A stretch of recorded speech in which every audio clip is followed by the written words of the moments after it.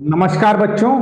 तो पॉलिटी में पढ़ने के साथ साथ या प्रीलिम्स परीक्षा में पढ़ने के साथ साथ उतना ही वेटेज है कि हम क्वेश्चन कैसे बनाते हैं, और जिसमें फिर ये बात आती है कि क्वेश्चन कैसे एग्जामिनर सेट करता है।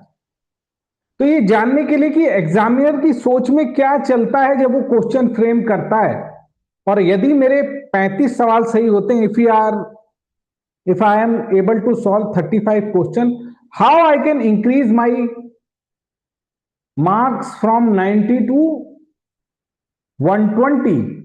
मैं 90 से अपने मार्क्स 120 तक कैसे लेके जाऊं। इसमें जितना पढ़ने का रोल है उतना ही रोल है एग्जामिनर की सोच को समझने का जब वो क्वेश्चन फ्रेम करता है।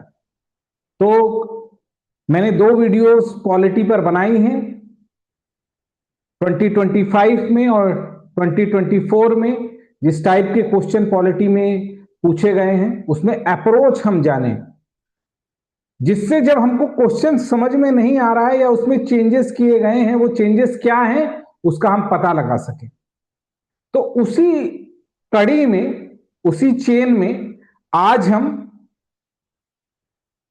2023 का इंग्लिश मीडियम में पेपर का एनालिसिस करेंगे। और मुझे पूरा यकीन है अगर आपने इस वीडियो को पूरा देख लिया ध्यान से तो आप कुछ मार्क्स जरूर गेन करेंगे। बहुत इंपॉर्टेंट वीडियो है, और अगर आप 90 मार्क्स से 120 मार्क्स, 130 मार्क्स हिट करना चाहते हैं तो ये क्लास आपके लिए महत्वपूर्ण हो सकती है। एनालिसिस हम करेंगे जहां मैं क्वेश्चन आपको बताऊंगा, क्वेश्चन की अप्रोच में बताऊंगा, एग्जामिनर ने ट्रैप कहां सेट किया है वो मैं आपको बताऊंगा, और उसके बाद आप देखेंगे आप बहुत सारे सवाल सॉल्व करने की स्थिति में आ जाएंगे।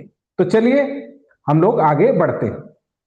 तो स्वागत है आपका एनालिसिस में, जहां एक एक क्वेश्चन को हम देखेंगे और उसको डील करने का प्रयास करेंगे।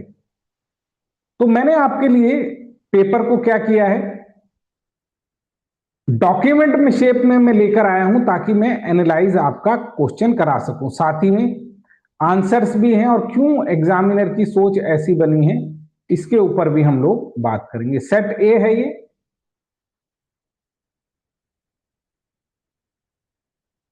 कौन सा पेपर है, 2023 का पेपर है। तो पहला क्वेश्चन जो कि 31 क्वेश्चन है, क्या पूछता है, in the essence what does due process of law means. तो हमारी पहली लर्निंग क्या रही, पहली लर्निंग ये रही कि हमको मीनिंग पता होनी चाहिए पॉलिटी के जितने भी बेसिक कॉन्सेप्ट है, क्योंकि कोरिलेशन वहीं से पूछा जाएगा। अब देखिए इसके ऑप्शन देखिए, principle of natural justice, the procedure establish by law, fair application of law, equality before law. अब इस क्वेश्चन को हम अप्रोच करेंगे तो हम बाइफरकेट करेंगे क्वेश्चन को एनालिसिस करके। इक्वालिटी बिफोर लॉ क्या होता है, आर्टिकल 14 होता है, और due process of law article 21 है, right to freedom, right to life and freedom. तो ये हो नहीं सकता। प्रोसीजर इस्टेब्लिश बाय लॉ, ठीक है, ये हमारा जापान का कॉन्सेप्ट है और इंडिया ने इसी को माना है, और हम ये जानते हैं कि ये इसका अपोजिट है। क्या है, टोटली अपोजिट है, ये हो नहीं सकता।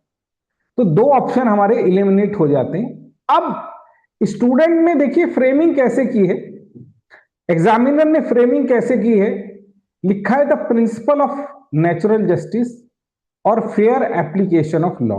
इसमें हम कंफ्यूज हो रहे हैं, और ये मान के चलिए जब मीनिंग का क्वेश्चन आएगा तो तीसरी लर्निंग आप लीजिए, two option will be very very close, और जब दो ऑप्शन क्लोज होंगे तो आप कैसे हिट करेंगे। तो बच्चों जब दो ऑप्शन क्लोज हों तो हमको करना क्या होता है, बड़ी सिंपल सी चीज पढ़नी होती है कि लुक फॉर हिंट्स, कि एग्जामिनर ने जब ट्रैप सेट किया है तो हिंट दिए होंगे जरूर। क्या दिए होंगे?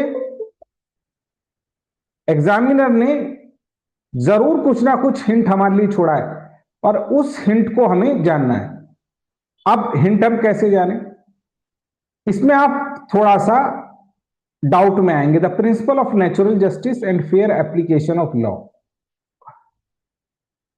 अब दोनों ही क्वेश्चन लग रहे हैं। ड्यू प्रोसेस ऑफ लॉ का मतलब होता है कि जो लॉ फेयर हो, जस्ट हो, राइट हो, उसी को ड्यू प्रोसेस कहा जाता है।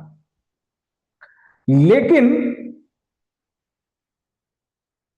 यहां तो दो में नजर आ रहा है, फेयर भी नजर आ रहा है, और हमको ये लगता है कि नेचुरल जस्टिस का ये प्रिंसिपल है। तो इसको हम कैसे हिट करें? तो इसको हिट करने के लिए क्या बच्चों, हमको ये देखना पड़ेगा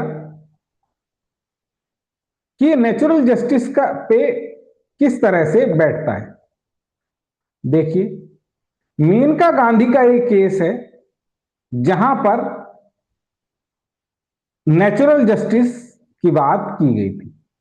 ठीक है, अब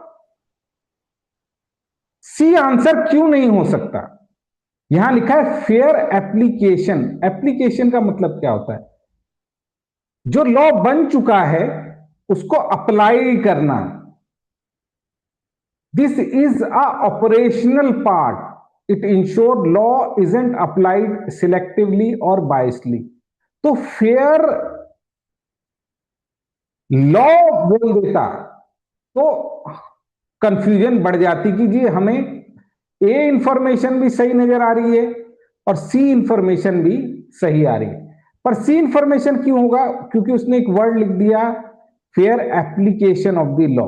एप्लीकेशन का मतलब होता है ऑपरेशन और ये पार्ट होता है एग्जीक्यूटिव का। इसको आपको ध्यान रखना है कि भाई ये मंत्रियों द्वारा लागू करते हुए की बात हो रही है, जबकि ड्यू प्रोसेस ऑफ लॉ ये कहती है कि जो लॉ बना होगा वो जस्ट होना चाहिए, वो फेयर होना चाहिए। अगर लॉ जस्ट और फेयर नहीं है तो क्या उनको हटा दिया जाएगा? तो किसकी बात हो रही है? जो लॉ बन रहे हैं, और जो लॉ बन रहे हैं वो किसके बेसिस पर बनेंगे बच्चों? वो बेसिस पर बनेंगे नेचुरल जस्टिस के। किसके? नेचुरल जस्टिस के। तो अब आपको समझ में आ गया स्टेटमेंट ए को हम सही क्यों मान रहे हैं। तो प्रिंसिपल की बात हो रही है, यहां एप्लीकेशन की बात हो रही है, और यहां फेयर करके आपको कंफ्यूज किया गया है। तो आपको अब समझ में आ गया होगा कि क्वेश्चन को हिट कैसे करना है। थोड़ा ध्यान से पढ़ना है एंड लुक फॉर हिंट्स। क्या बच्चों? Look for hints. जब आप लुक फॉर हिंट्स करेंगे तो आप जरूर सही बना पाएंगे और आपकी कंफ्यूजन दूर हो जाएगी। मैं आपको एग्जामिनर का माइंडसेट क्या रहता है क्वेश्चन फ्रेम करते वक्त वो बताने का प्रयास कर रहा हूं। आगे बढ़ते हैं, 32 क्वेश्चन देखते हैं बच्चों।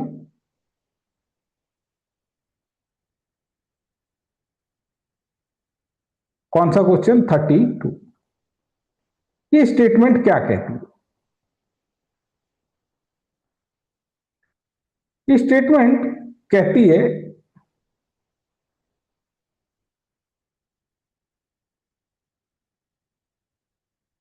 In India prison is managed by state government with their own rules and regulation for day to day administration of the prison। तो ये पूछा जा रहा है प्रिजन को मैनेज कौन करता है, प्रिजन्स को मैनेज कौन करता है। तो यानी आपको ये पता होना चाहिए कि प्रिजन स्टेट सब्जेक्ट है या फिर सेंटर का सब्जेक्ट है। ये बहुत चर्चा में था जब बेल, फरलो इनकी बात हो रही थी।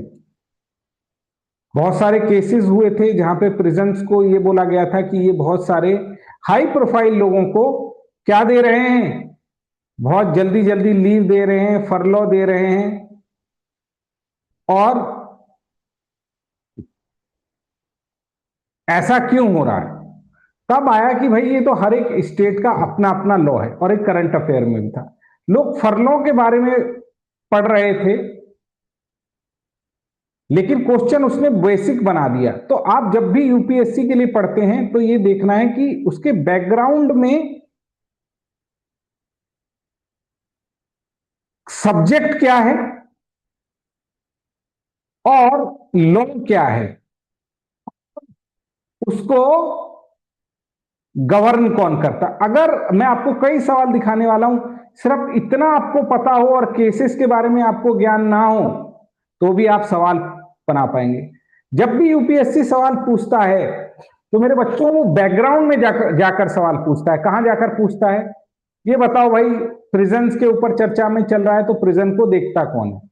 स्टेट गवर्नमेंट देखती है, डे टू डे एडमिनिस्ट्रेशन। बड़ी सिंपल प्लेन जर्नल स्टेटमेंट लिखी हुई है, और जब इस तरह की स्टेटमेंट लिखी जाती है तो सही होती है। In India prisons are govern by prison act of 1894। तो आपको ध्यान देना चाहिए, वो प्रिजन्स के बारे में तो कुछ भी पूछ सकता है, लेकिन वो यहां पर सब्जेक्ट की बात और यहां पर एक्ट की ही बात क्यों कर रहा है? क्योंकि वो आपसे जानना चाह रहा है कि हम इंडियन पॉलिटी का सवाल बना पा रहे हैं तो क्या आपको किसी भी कॉन्सेप्ट के सिर्फ इतना पता है कि इसके बैकग्राउंड में एक्ट कौन से हैं, कॉन्स्टिट्यूशन एक्ट कौन से हैं, कौन इसको ओवरसी करता है, सुपरवाइज करता है। अगर इतनी सी स्टेटमेंट आपको समझ में आ जाए तो यकीन मानिए आप सवाल आपका बनेगा। तो क्या कहेंगे हम? Which of the following is correct with respect to law? यहां क्या है बच्चों? दोनों ही स्टेटमेंट ट्रू हैं। सेवंथ शेड्यूल में प्रिजन स्टेट सब्जेक्ट है। स्टेट गवर्नमेंट को क्या दी गई है? पूरी पावर्स दी गई हैं कि वो डे टू डे मैनेजमेंट करें, prison manual, appoint staff, day to day optimisation. और दूसरी स्टेटमेंट भी बढ़िया है कि प्रिजन एक्ट 1894 से ही ये गवर्न हो रही हैं, जो बहुत पुराना है। अभी क्या हुआ है, जब ये सवाल पूछा गया तो गवर्नमेंट ने एक एक्ट लेकर आई थी जिसका नाम था central government model prison act. तो मॉडल क्या होता है कि भाई हमारा सब्जेक्ट नहीं है, फिर भी हम एक मॉडल बना के बता रहे हैं मिनिस्ट्री ऑफ होम अफेयर्स ने कि आप इस तरह के लॉ अपने यहां बना सकते हैं।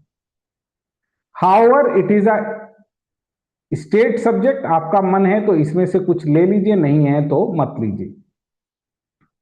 तो ये मॉडर्नाइजेशन ऑफ द प्रिजन्स के ऊपर था। बहुत कुछ पूछा जा सकता है, लेकिन यूपीएससी ने स्टिक किया कि सिर्फ ये पूछा कि सब्जेक्ट और लॉ का आपको पता है या नहीं। और लोग फरलॉ किसे कहते हैं, लीव किसको कहते हैं, और भी बहुत सारे कॉन्सेप्ट थे, उसके ऊपर अपना ध्यान लगाए हुए थे।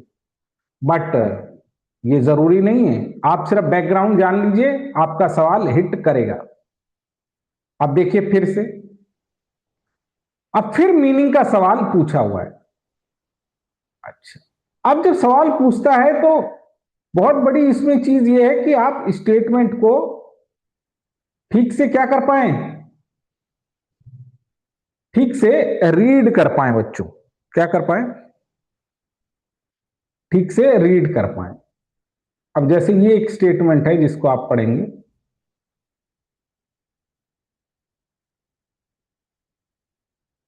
देखते देखते हैं इसको पढ़ते हैं। Which one of the following is the best reflect, अब इस पे आप निशान लगाएंगे, the chief purpose of constitution of the country. 11th class NCERT है। अब आप स्टेटमेंट पढ़ेंगे जहां आपको सारी स्टेटमेंट क्लोज नजर आएंगी, उसमें आपको डिसाइफर करना है कि भाई सबसे पहले आपने देखा चीफ पर्पस ऑफ कॉन्स्टिट्यूशन कौन सा है। तो कॉन्स्टिट्यूशन में तो सभी पर्पस दे रखे हैं, पर चीफ यहां नॉट को, चीफ को, इसको आपको देखना है। It determine the objective of making of necessary law. अच्छा, कि नेसेसरी लॉ कैसे बनेंगे। It enable the creation of political office and a government. It defined and limits the power of the government. It secure social justice, social equality and social security. तो अब हमें देखना है chief purpose क्या है of the constitution. तो बड़ा आसान है बच्चों, चीफ पर्पस का पता करना। कैसे पता करेंगे? कुछ इस तरह से पता करेंगे। जरा यहां इन स्टेटमेंट को देखिए। The determines the objective of making of law necessary. इसका मतलब क्या होता है? फॉर्मेशन ऑफ अ लेजिस्लेचर, कि भाई लेजिस्लेटिव काम कैसे होगा। Second statement, it enables the create, meaning का से जाएंगे, आपका ये सवाल बनेगा। It enable the creation of political office and a government, कि भाई हम पॉलिटिकल ऑफिस बता रहे हैं कि भाई एक कैग का पद होगा, एक इलेक्शन कमीशन की पोस्ट होगी, डिफरेंट पॉलिटिकल ऑफिस जो जो होंगे इनके बारे में इसमें दिया है। Plus 3 organ of the government, कि गवर्नमेंट कैसे बनेगी, बिल्कुल ये दिया है। लेकिन आप देखिए, it social justice, social equality and social security, ये सवाल दोबारा से पूछा जाएगा कि ये किस में रिफ्लेक्ट होता है। तो ये रिफ्लेक्ट होता है बच्चों डीपीएसपी में। लेकिन असलियत में जो पूरी तरीके से, बढ़िया तरीके से, होलिस्टिकली इसको कवर कर रहा है, तो आपको जब मीनिंग आए तो आप देखिए होलिस्टिक और रियल मीनिंग किसी भी स्टेटमेंट की क्या है, तो वो कहां कवर कर रही है। It defined and limits the power of the government. यहां पे क्या हो रहा है? यहां पे 2 वर्ड लिखे हुए हैं, it's define and limits the power of government. तो किसका कॉन्सेप्ट है? कॉन्स्टिट्यूशन का। बहुत सारे काम है, लेकिन उसका जो मोस्ट अप्रोप्रिएट वर्क है वो क्या है? वो डिफाइन करती है और वो उनके कामों को लिमिट भी करती है। ये क्या है? ये बात आपको याद रहनी चाहिए। You should remember this fact. अगर आपको ये फैक्ट रिमेंबर रहा तो आपका काम आसानी से बनेगा। यहां देखिए बड़े, ये जो दे रखे हैं ये भी ठीक है कि लेजिस्लेचर का निर्माण करती है, यस। गवर्नमेंट के बारे में बताती है, yes. Social justice, social equality, इसके बारे में बताती है, यस। लेकिन जो रियल काम है वो सी इंस्ट्रूमेंट है। ए पार्शियली करेक्ट है ना भारत में। दूसरा,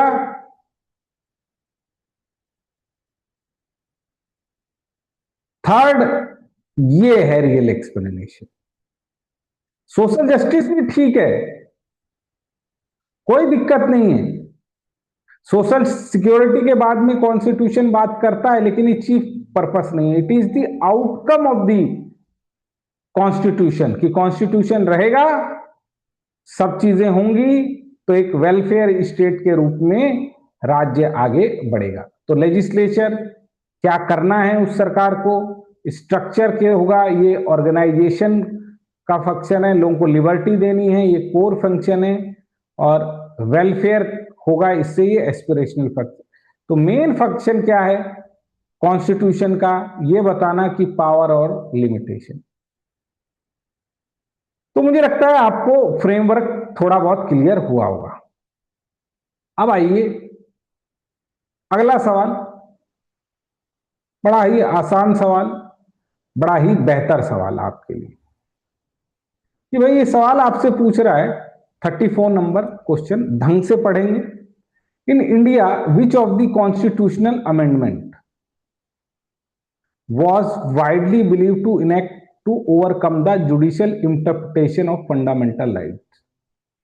अब हमारी लर्निंग क्या है सबसे पहले लर्निंग पर बात करो। लर्निंग नंबर 1 है लर्निंग्स कि भाई अमेंडमेंट वाला चैप्टर बहुत इंपॉर्टेंट है, खास तौर पर first amendment, second 22nd amendment, 24 amendment और 86 अमेंडमेंट।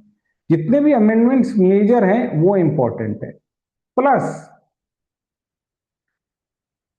आपको यह भी देखना है कि बेसिक स्ट्रक्चर डॉक्ट्रिन वाला पार्ट प्लस आर्टिकल 368 वाला पार्ट आपके लिए इंपॉर्टेंट है। और इसी में जो आर्टिकल 13, आर्टिकल 13 के साथ जो इशू है वो इंपॉर्टेंट है।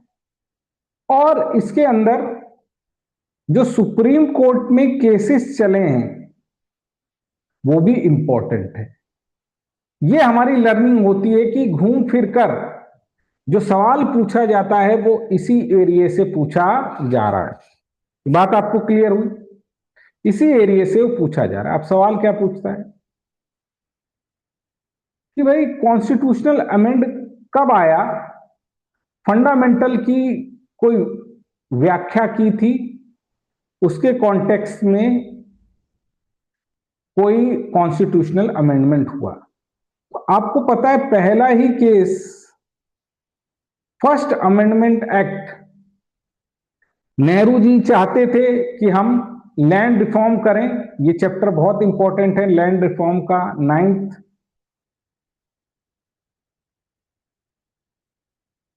शेड्यूल, इंपॉर्टेंट चैप्टर है। और नेहरू जी ने क्या किया, जमादारी को अबॉलिश करने के लिए लॉ बनाया जिसको हाई कोर्ट ने स्ट्रक डाउन कर दिया कि right to property, right to equality के विरोध है। इसी के लिए क्या किया गया, फर्स्ट अमेंडमेंट एक्ट लाया गया जिसके अंदर आर्टिकल 31A 31B, ये प्रीलिम्स का सवाल है। आपको जो चेंजेस हैं, जो मोस्ट इंपॉर्टेंट चेंजेस हैं बच्चों, उसको क्या करना है, मोस्ट इंपॉर्टेंट चेंजेस का पता लगाना है। उसी में 9th शेड्यूल डाला गया और ये लिखा गया कि 9th शेड्यूल का जुडिशियल रिव्यू नहीं होगा। तो पहला ही अमेंडमेंट है। हाँ, इन अमेंडमेंट में भी 24th अमेंडमेंट में भी चेंज हुआ। यहां पर भी जुडिशियल राइट और लैंड रिफॉर्म की बात हुई, फंडामेंटल राइट्स की, और हडल रहा जिसको मिनी कॉन्स्टिट्यूशन भी कहा जाता है। लेकिन जो मेन था, इनिशियल था, वो फर्स्ट अमेंडमेंट था। तो आपको क्या याद रखना है, कौन सा अमेंडमेंट, फर्स्ट अमेंडमेंट। अपने आप में क्या बच्चों,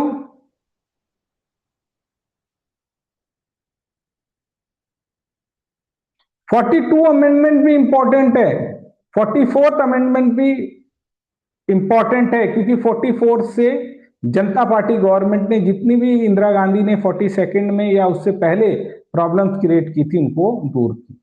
plus 86 amendment act, right to education 2002। Clear हुआ?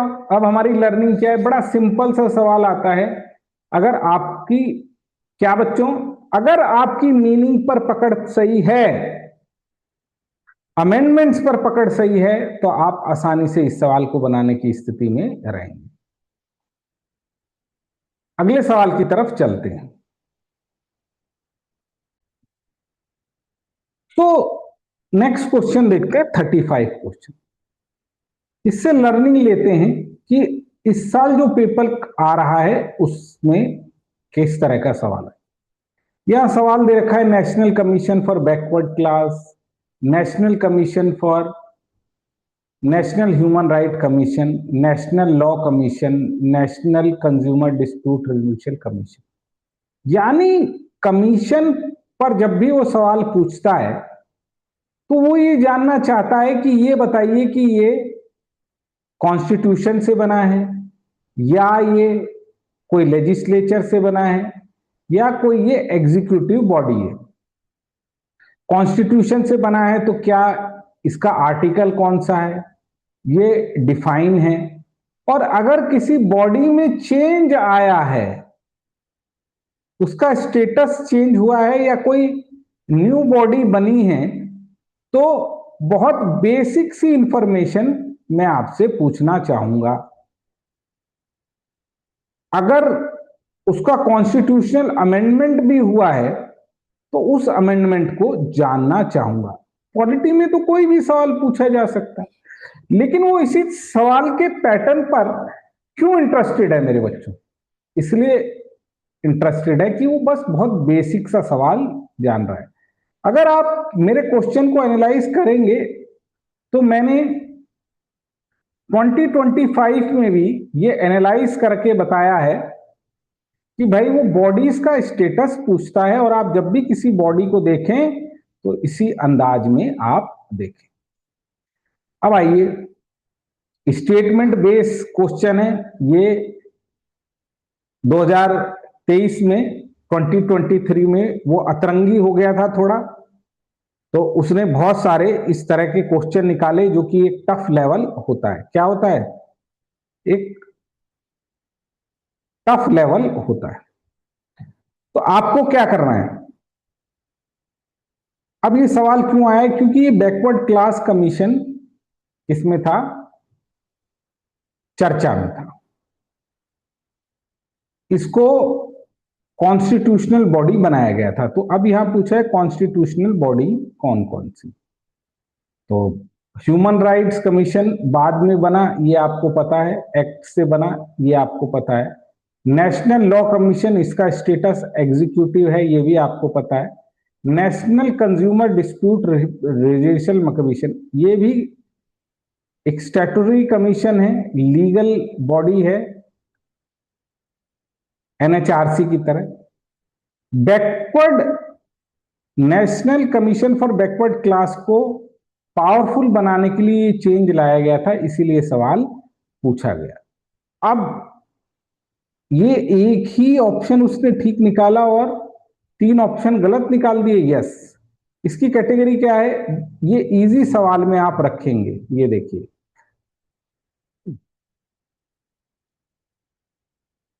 क्या कॉन्स्टिट्यूशनल है बैकवर्ड क्लास को, इसको 330B, ये अगर आप पीसीएस टाइप परीक्षा देने जा रहे हैं, यूपी पीसीएस, एमपी पीसीएस, तो पूछा जाएगा 22nd अमेंडमेंट से। बाकी एनएचआरसी ये एक्ट बना था 1993 से, गवर्नमेंट ऑर्डर से बना है, और ये कंज्यूमर प्रोटेक्शन एक्ट से बना हुआ है। तो ये बात आपको क्लियर हो गई। अब हमारी लर्निंग क्या है? हमको कॉन्स्टिट्यूशनल प्रोविजंस पता होने चाहिए। ठीक है, ये हमारी लर्निंग है।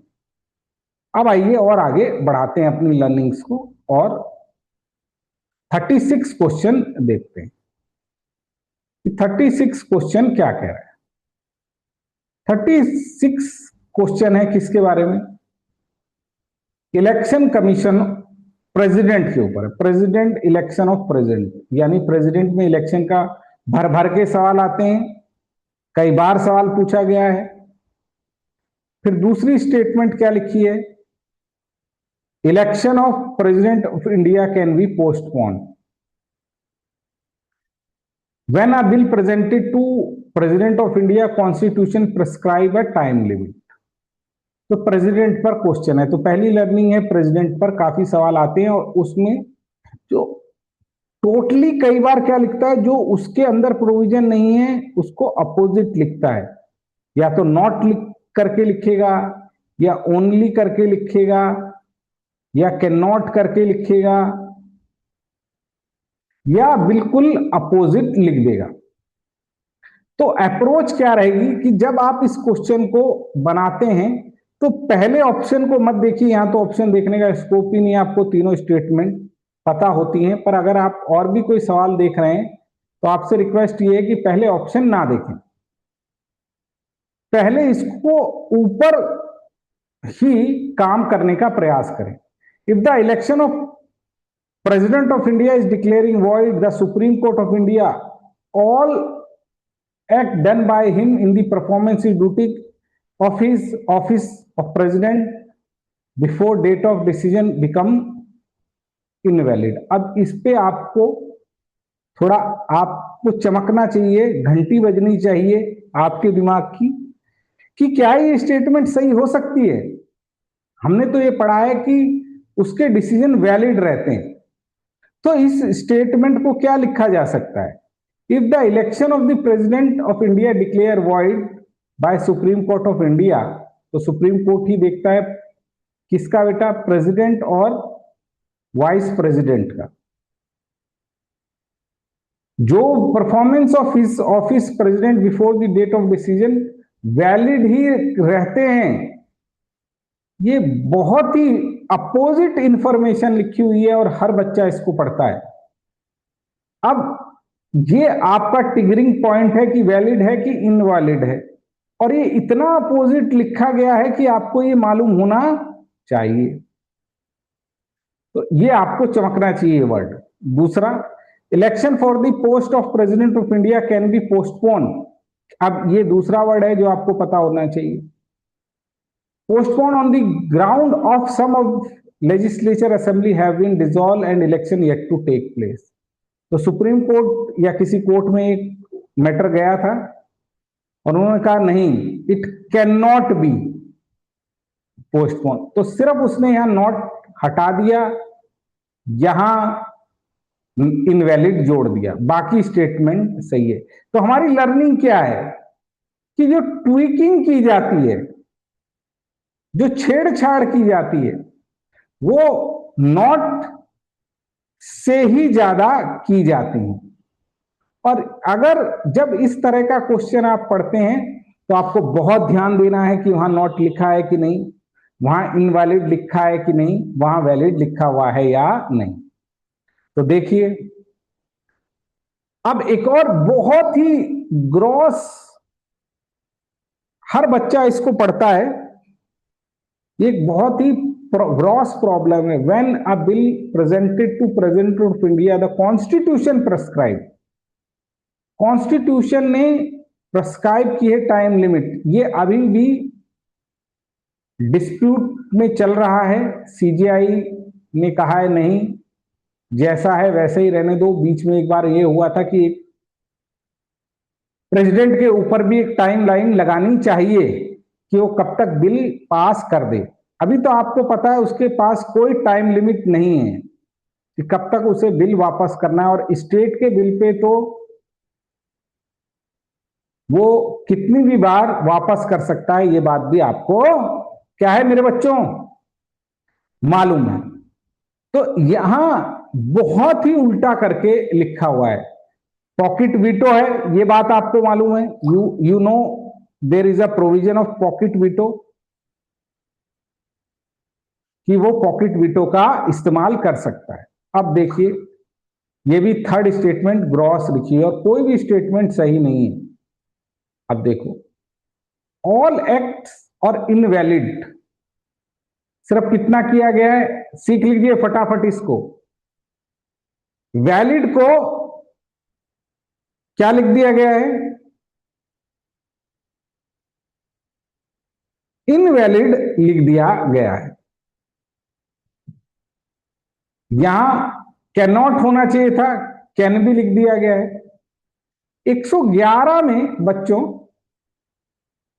क्या 111 में पॉकेट वीटो है, कहीं पर भी टाइम लिमिट नहीं दी गई है। कई बार ये सवाल हम पढ़ते हैं। ये देखो, none explanation is correct. Article, ये याद रखना है कि कॉन्स्टिट्यूशन में प्रोविजन है कि नहीं, क्योंकि अधिकतर सवाल इससे पूछते हैं कि कॉन्स्टिट्यूशन में प्रोविजन है कि नहीं। इसके लिए आपको क्या करना चाहिए, लक्ष्मीकांत के बैकग्राउंड में या बेयर एक्ट से या इंटरनेट से रिसर्च कर आपको इंफॉर्मेशन पढ़नी चाहिए। तो according to the 71st/2 of the constitution,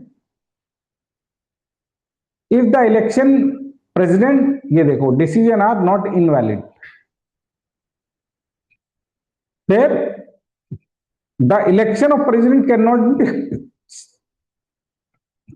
challenge ये लिखा है आर्टिकल 17(4) में। इन केस भी आया था 1974 में, सुप्रीम कोर्ट ने कहा नहीं कोई दिक्कत नहीं है। तो केसेस और एक्ट आपको पता होना चाहिए। थर्ड, आर्टिकल 111 में एक लाइन लिखी हुई है कि या तो एसेंट दे दे या विदहोल्ड कर ले या फिर क्या करे, बिल को एज सून एज लिखा हुआ है। अब एज सून एज क्या होता है किसी को मालूम नहीं। ये कई बार इससे सवाल निकला हुआ है। तो कॉन्स्टिट्यूशन ने कोई आर्टिकल तो लिखा है लेकिन कोई टाइम प्रिस्क्राइब नहीं किया है, जिसको पॉकेट वीटो कहते हैं। क्लियर हो गए बेटा? यूएस में 10 डे में बिल पास कर भेज जो ट्रंप जी हैं उनको 10 डेज में वापस करना है, बट हमारे यहां नहीं वापस करना है, ऐसा कोई प्रोविजन नहीं है।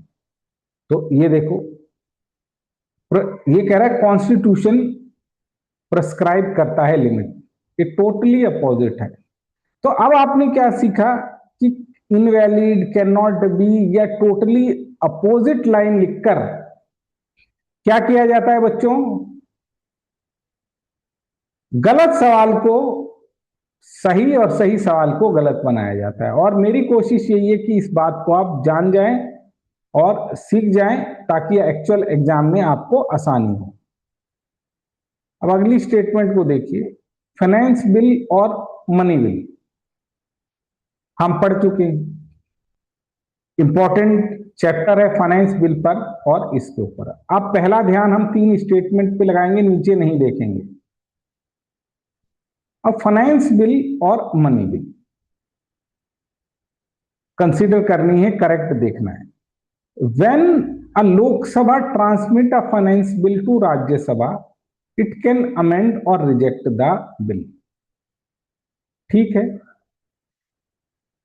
अब ये सवाल ऐसे भी पूछा जा सकता था, when Lok Sabha transmitted money bill to Rajya Sabha, it can reject or amend a bill. अब ये सीधी सीधी लाइन लिखी है और फाइनेंस बिल को हम जानते हैं कि इंट्रोडक्शन में ही सिर्फ ये लोकसभा में आता है, बाकी ये राज्यसभा में आता है। और इस पर क्या हो सकता है, इसको रिजेक्ट भी किया जा सकता है, अमेंडमेंट भी कर सकती है। दूसरा हिंट, ये स्टेटमेंट सही है। यूपीएससी ने क्या लिखा हुआ है, कैन। कैन का मतलब क्या होता है, कैन का मतलब कर सकती हैं। यहां होता है मस्ट या नेसेसरी लिखा होता है तो ये स्टेटमेंट गलत हो जाती है। और अगर ये मनी बिल की कैटेगरी वाला बिल होता है जिसमें मनी बिल के पार्ट हैं, तो वो ये लिखता, जिसमें कुछ पार्ट मनी बिल के हैं, वो अगर हैं, ऐसा अगर वो लिखता कि कुछ पार्ट,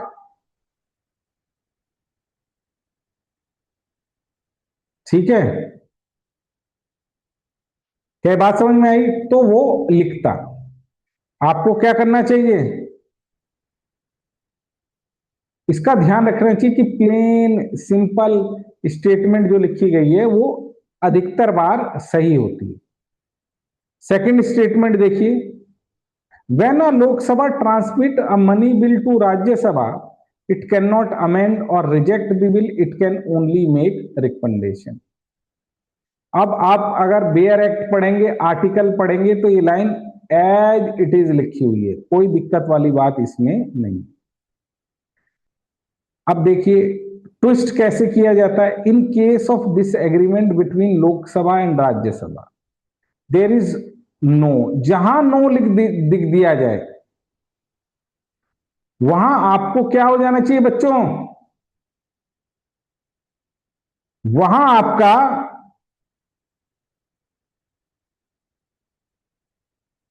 क्या होना जाना चाहिए, एकदम अलर्ट हो जाना चाहिए। क्या हो जाना चाहिए?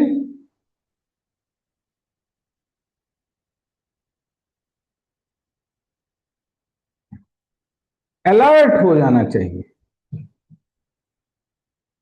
There is no joint sitting of money bill but a joint sitting is necessary for finance bill.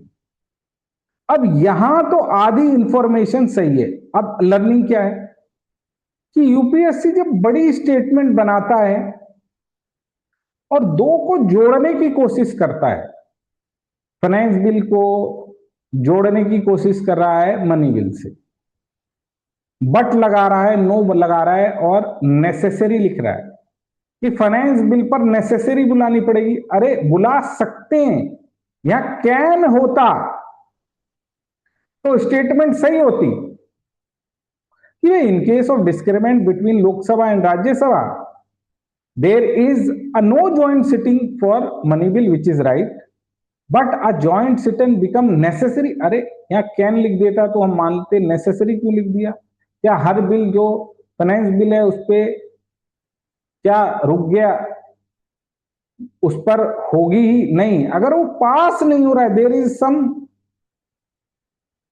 dispute arise between Lok Sabha and Rajya Sabha, somehow it is not passed, then there may be, if President want, it can call for a joint sitting, but necessary होगी ये नहीं, ये जरूरी नहीं है। बुलाई can say ये सही हो सकता है। अब देखिए यहां बिकम नेसेसरी वाला पॉइंट प्रॉब्लमेटिक है। कहां देखेंगे हम? पहली करेक्ट है स्टेटमेंट, थर्ड में क्या है? प्रोविजन है ये एक कि डेडलॉक की अवस्था में कर सकता है, नेसेसरी में नहीं कर सकता। तो आपने सीखा, क्या सीखा बच्चों? कि जहां एक्सट्रीम वर्ड लिखे आ जाए, कैसे वर्ड लिखे आ जाए? एक्सट्रीम वर्ड्स लिखे आ जाए, वहां पर आपको क्या हो जाना है? वहां पर आपको सतर्क हो जाना है। आपका सवाल बन जाएगा, यूपीएससी इनफ हिंट देता है। क्या देता है? इनफ हिंट देता है। आगे देखिए, बड़ा आसान है सवाल ही। Community reserve, central government, 38 question.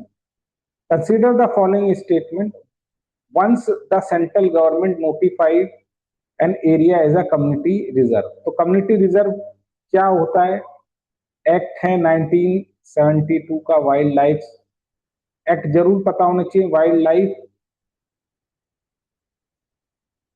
Security act, इसमें एक बहुत सारे biosphere reserve, reserve, wild life sanctuary, community reserve, सब इसी में दिए गए हैं। अब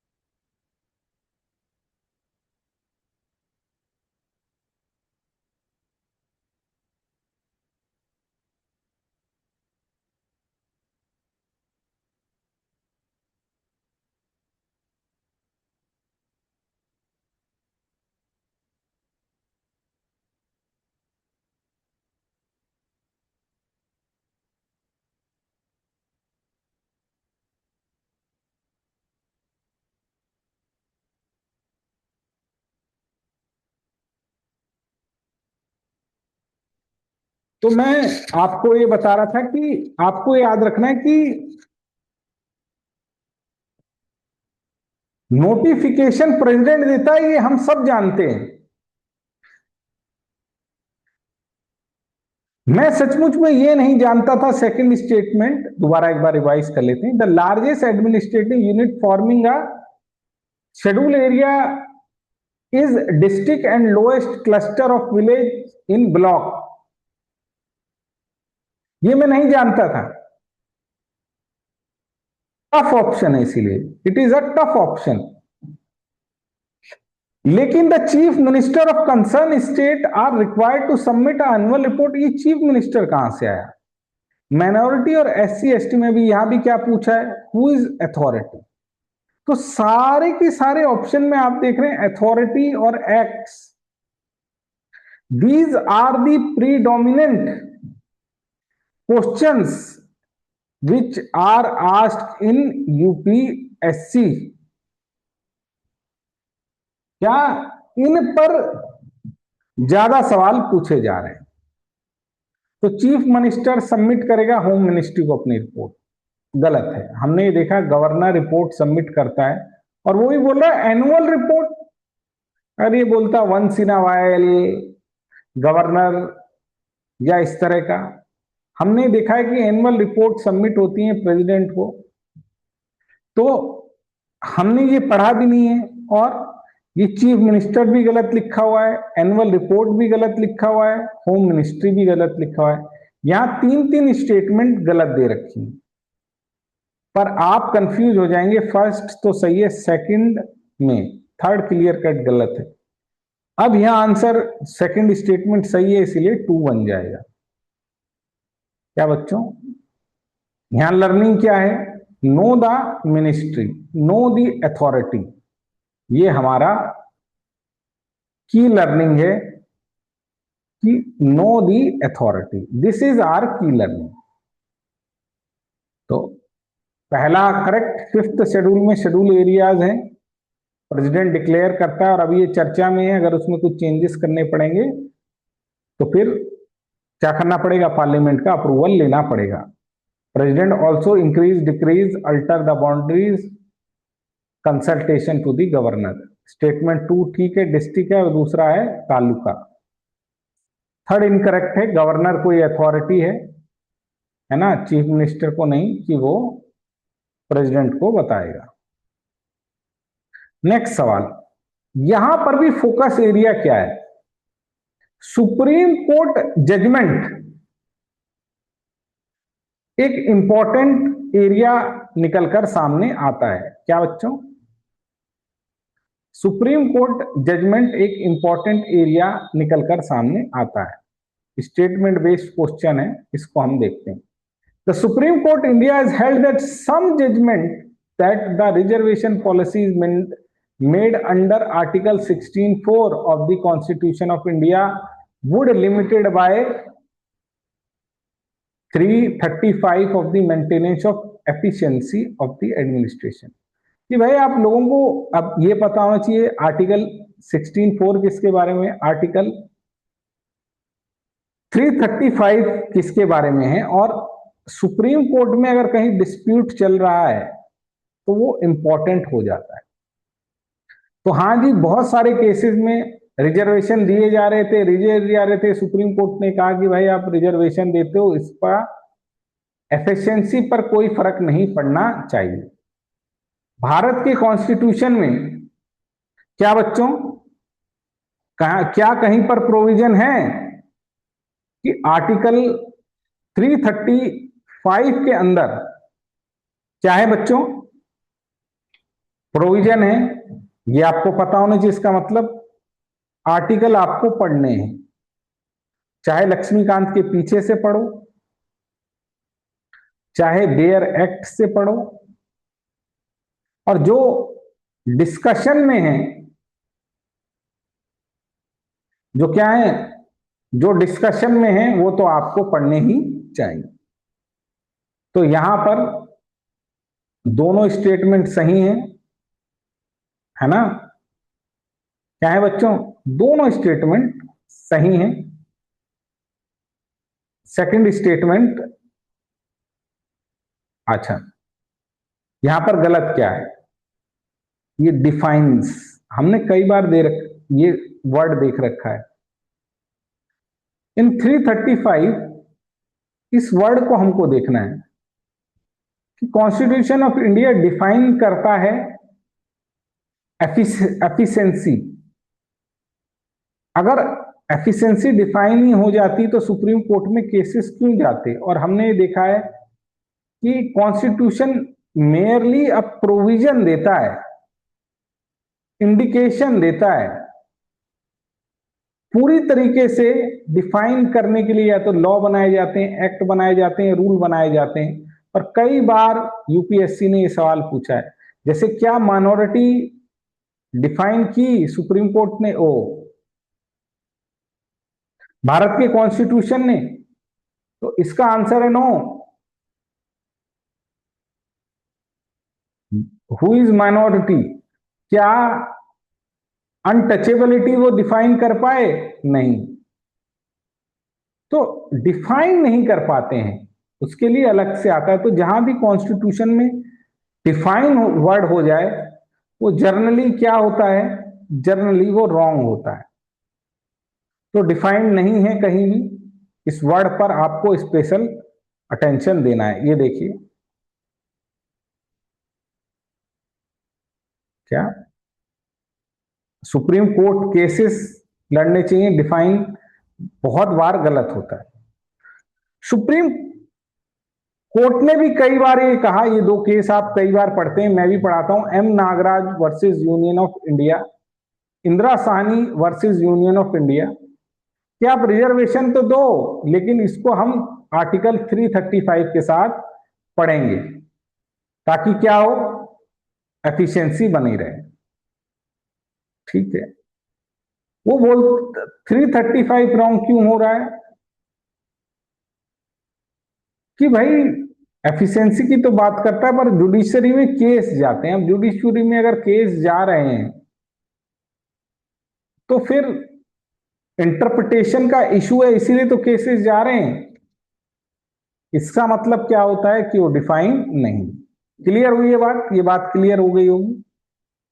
कौन सा स्टेटमेंट बतेगा बेटा, first statement is correct, second statement is wrong. ये बात क्लियर हो गई, first statement is correct, second statement is wrong. तो ये डिफाइन वर्ड पर ध्यान दीजिए, ये तो बड़ा आसान है। इससे हमारी लर्निंग क्या है, इससे लर्निंग है ये जो लो हैंगिंग फ्रूट है, क्या है, लो हैंगिंग फ्रूट्स हैं। इसके ऊपर मैंने वीडियो भी बनाई हुई है, वो वीडियो देखिएगा। पीटी और मेंस दोनों के लिए क्या है, दोनों के लिए मोस्ट इंपॉर्टेंट है। By which of the following act governor general of Bengal designated at governor general of India. तो बंगाल से गवर्नर विलियम बेंटिक बने थे, सबको पता है ये बात। इजी क्वेश्चन, इसका मतलब क्या है, रेगुलेटिंग एक्ट के प्रोविजन हमें पता होने चाहिए, फिट्स इंडिया एक्ट के प्रोविजन हमें पता होने चाहिए, 1793 के प्रोविजन फैक्चुअल रूप में हमको पता होने चाहिए। जो भी ऑप्शन में दिया गया है अगले साल, जो ऑप्शन में दिया गया है वो अगले साल यूपीएससी का क्या है बच्चों, अगले साल वो यूपीएससी का क्या है, आंसर है, क्वेश्चन है। ये बात हमको याद रखनी है, please do remember this fact. अब आइए अगला 17, तीन स्टेटमेंट बेस्ड क्वेश्चन। इसको ओपन रहते हुए पढ़ना है बच्चों। कैसे रहना है, जब इस क्वेश्चन को आप पढ़ेंगे तो ओपन रहना है, तीन स्टेटमेंट देखनी है और राइट बताना है कितनी सही है। According to the constitution of India, central government duty is protect against the internal disturbance. हाँ, कि इंटरनल डिस्टरबेंस से बचाना है, और वो भी कॉन्स्टिट्यूशन में दिया गया है। तो क्या कोई आर्टिकल दिया गया है, यानी आर्टिकल इंपॉर्टेंट हो गया, क्योंकि यहाँ स्टेटमेंट चालू हो रही है अकॉर्डिंग से। तो yes, according to the article दिया हुआ है। क्या दिया गया है? एक आर्टिकल ही दिया हुआ है बच्चों, जिस आर्टिकल में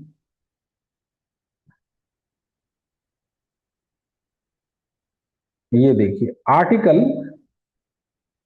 355 क्या लिखा है इसमें? According to the constitution of India, the central government has a duty to protect the state against a internal disturbance. External aggression से भी प्रोटेक्ट करना है स्टेट को, और इंटरनल एग्रेशन।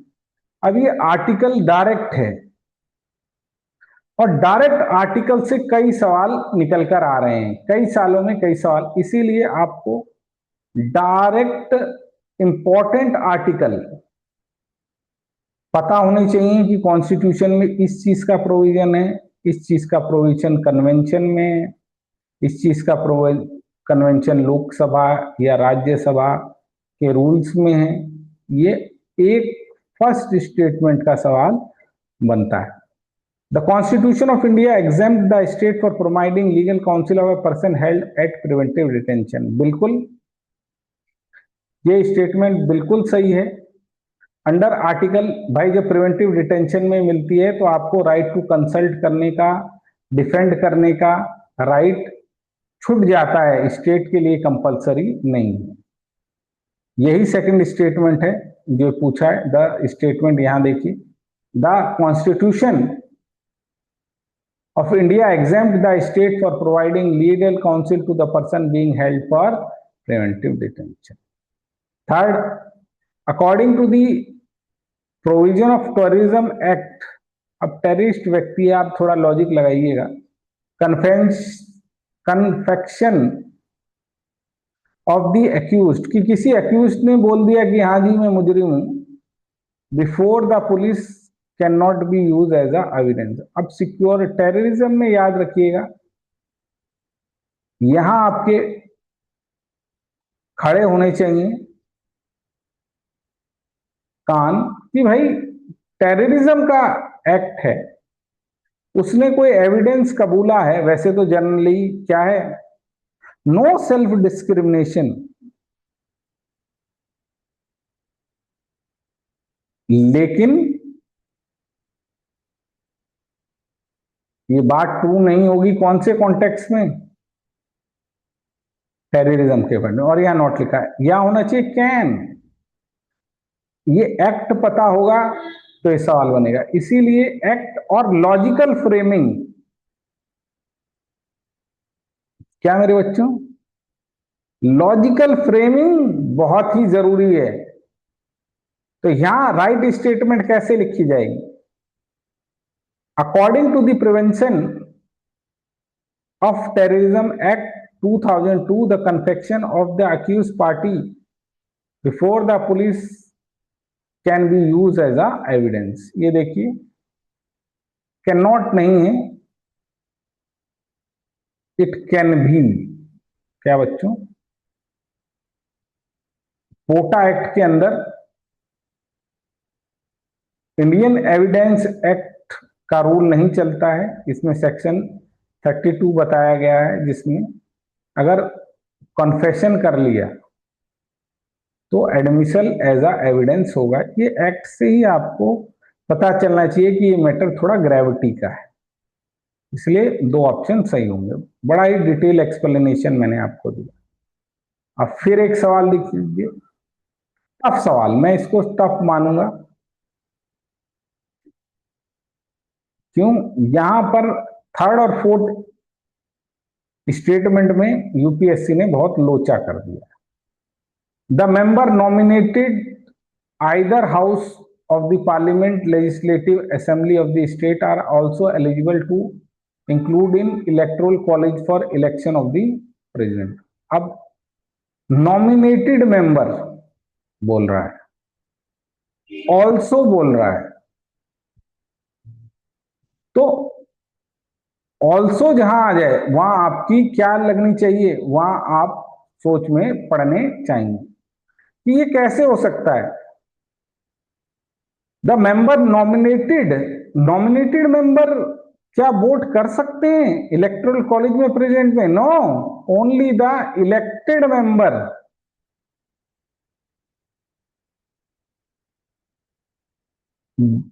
अब एक तो इन्होंने नॉमिनेटेड वर्ड गलत लिखा, अगर ये आप ध्यान नहीं दे पाए पढ़ते वक्त, जो कि पढ़ते वक्त हर एक वर्ड पे ध्यान देना है। दूसरा वर्ड इन्होंने लिखा ऑल्सो, इससे आपको थोड़ा समझ में आना चाहिए। ये देखिए क्या,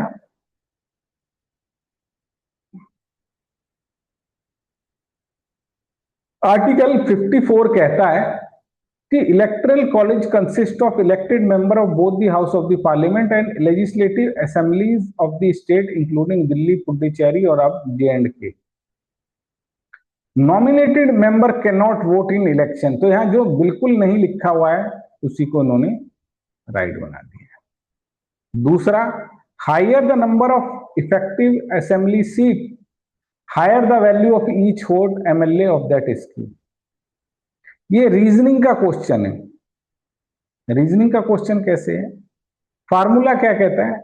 फार्मूला ये कहता है कि भाई जो पॉपुलेशन अगेंस्ट इलेक्टेड सीट करेंगे हम लोग, और बटे में 1000 करेंगे। तो अगर इलेक्टेड मेंबर जितने ज्यादा होंगे उतने ही, ये जैसे यहां पर माना गया है, अ,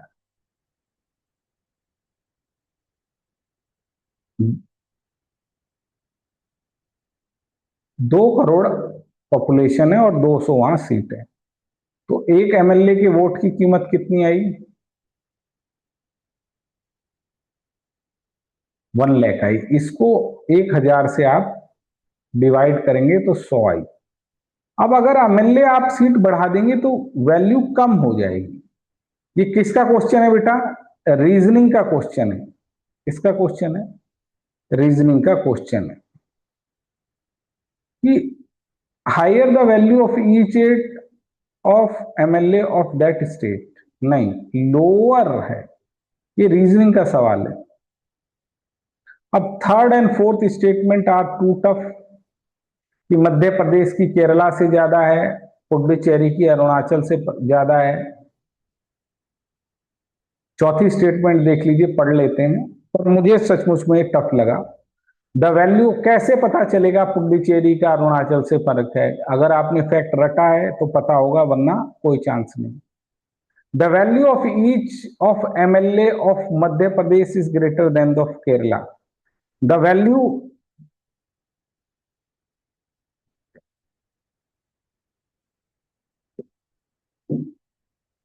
of each vote of MLA of Puducherry is higher than the Arunachal Pradesh because the ratio of population of total effective seat in the Puducherry is greater than compared to Arunachal Pradesh। अब इतना कौन जान सकता है भाई? नहीं जान सकता। अब यहां कितनी स्टेटमेंट सही है? अब ये बता रहा है केरला में जो वैल्यू आएगी 1971 के सेंसस पर ये है, और मध्य प्रदेश में आएगा, इसमें डिफरेंस है 21 का। अब ये कैसे हम पता करें?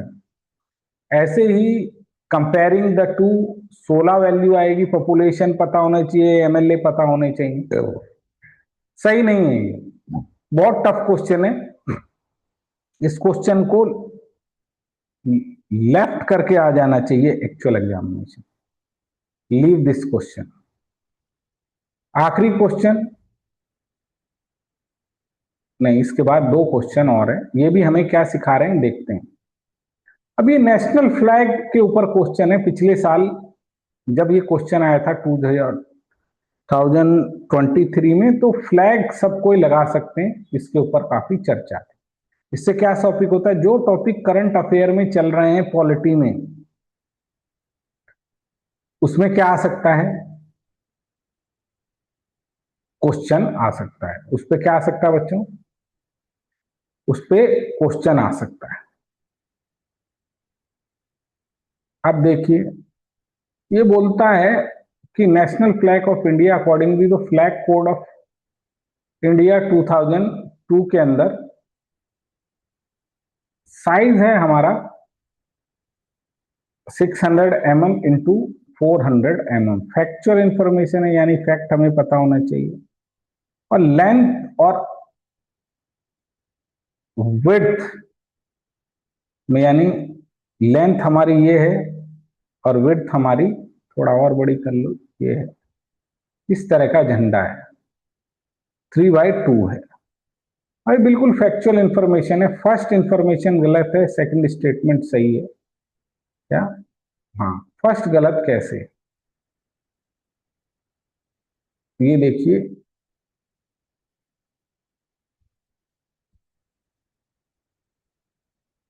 85 क्वेश्चन है। जो हमारा स्टैंडर्ड साइज है वो 900 टू 600 mm है। सेकंड सही स्टेटमेंट है। यही हमारा जो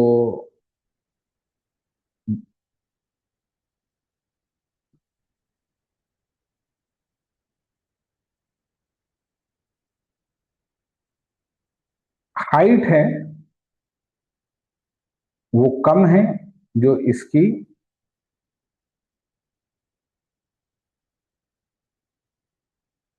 ये वाला साइज है। लेंथ हाइट से कम है। लेंथ बड़ी है, हाइट में छोटा है। आप जानते ही झंडा कैसे बनता है, इतना बड़ा होता है झंडा। ये वाला डायमेंशन बड़ा रहता है इससे, तो ये 3 होगा, ये 2 होगा। तो सेकंड स्टेटमेंट सही है। अब होम गार्ड पे क्वेश्चन है। अब हम होम गार्ड पे तो कभी पढ़ते नहीं, लेकिन जब भी हम कुछ पढ़ते हैं तो हमें ये याद रखना चाहिए कि क्या उसके लिए कोई रूल है, एक्ट है। अगर इतना हम कर जाएं तो सवाल कुछ निकालने की संभावना बढ़ जाती है। Home guard are raise under home guard act of rule central government.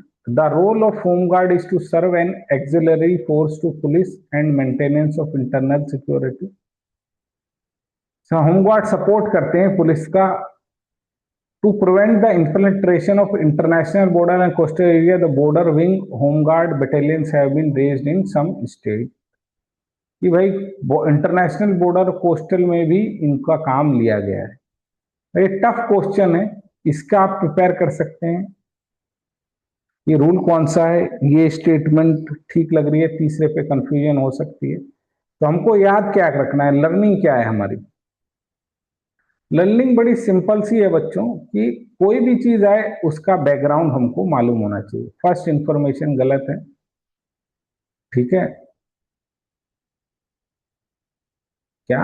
Home guard raise under home guard act rule with respect to state and unitarily while the home minister formulate the overarching policy, the administrator control state. तो जो rule बनाती है वो home ministry बनाती है, ठीक है। ये देखो, respect to the state and union territory, यहां क्या लिखा है, रूल्स ऑफ सेंट्रल गवर्नमेंट। तो हर एक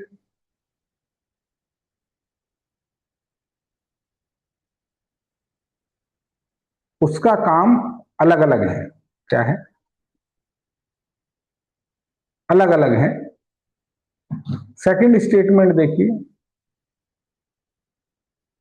सेकंड है ये एक्सिलरी सपोर्ट फोर्स है, law and order, civil disturbance, emergency, natural disaster में हेल्प करती है। थर्ड स्टेटमेंट भी सही है कि बॉर्डर विंग होमगार्ड बनाए गए हैं पंजाब, राजस्थान वगैरह में, ताकि इस प्लगिंग पर रोक लग सके।